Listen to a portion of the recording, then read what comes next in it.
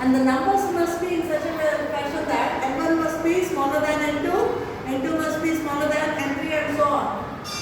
Then the corresponding sequence S n r instead of L, now we are going to put n r.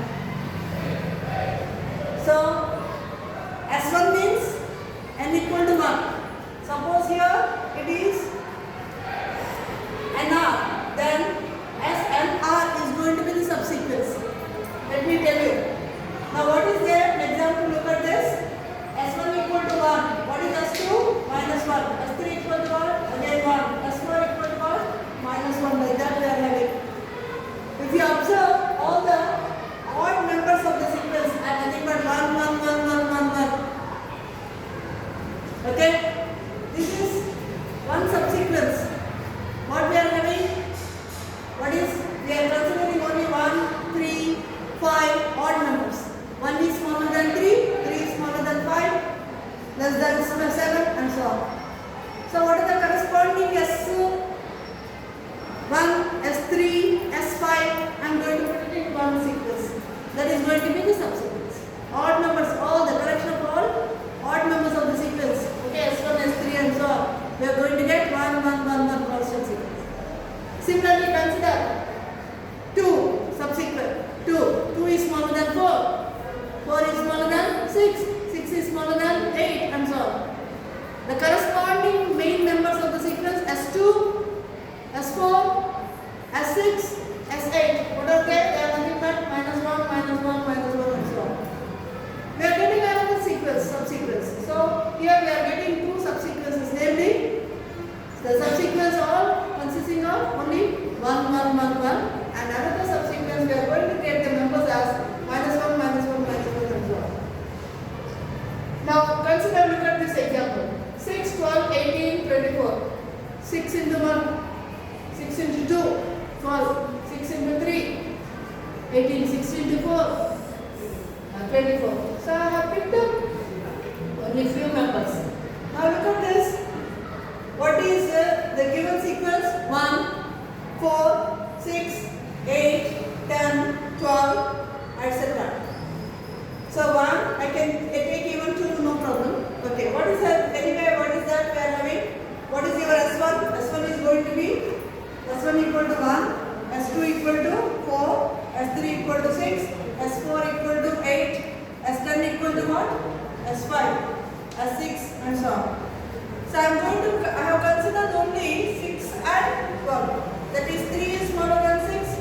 Less than, what do you expect after that? 12, 14, 16, 18, like that. Okay? So that number. So here n1 equal to 3, n2 equal to what? 6 and so on. So the corresponding n3, corresponding n6, corresponding.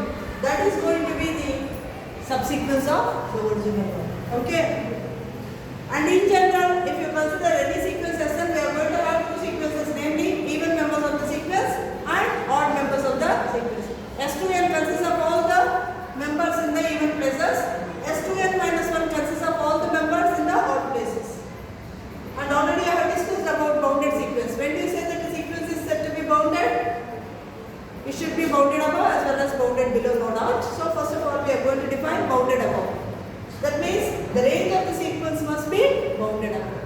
If a sequence is bounded means the corresponding range of the sequence must be bounded above.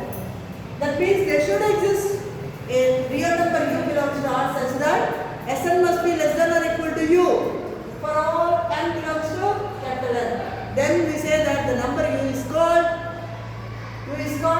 an upper bound of the sequence Sn. All the numbers, what are they?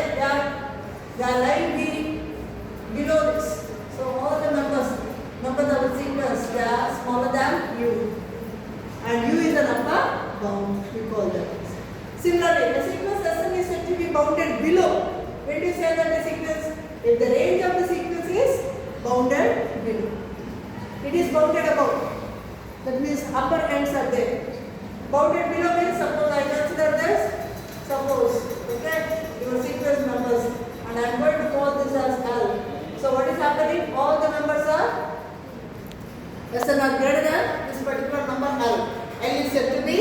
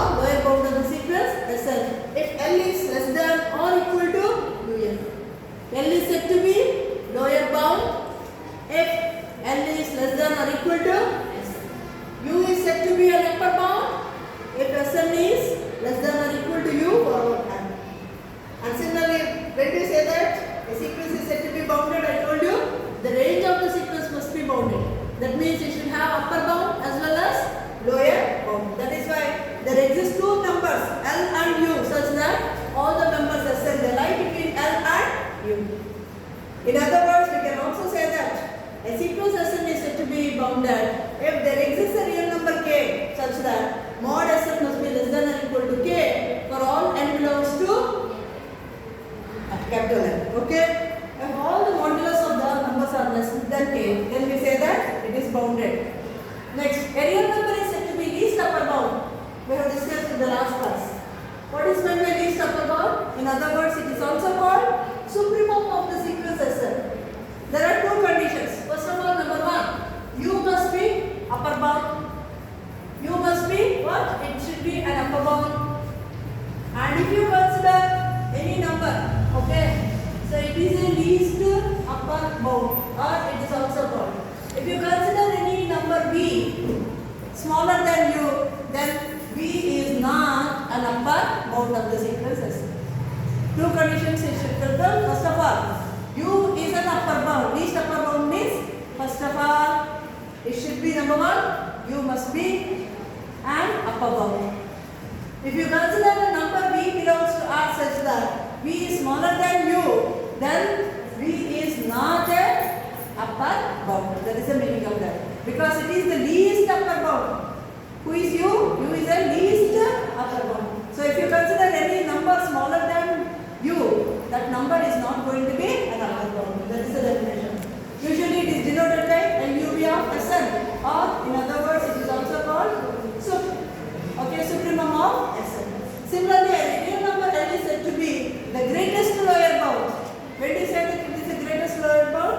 As I told you, suppose we are having, this is the sequence Sn, and L is said to be the greatest lower bound.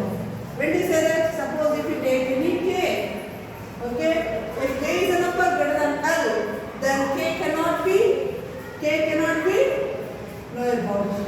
K cannot be lower bound. Here b cannot be upper bound.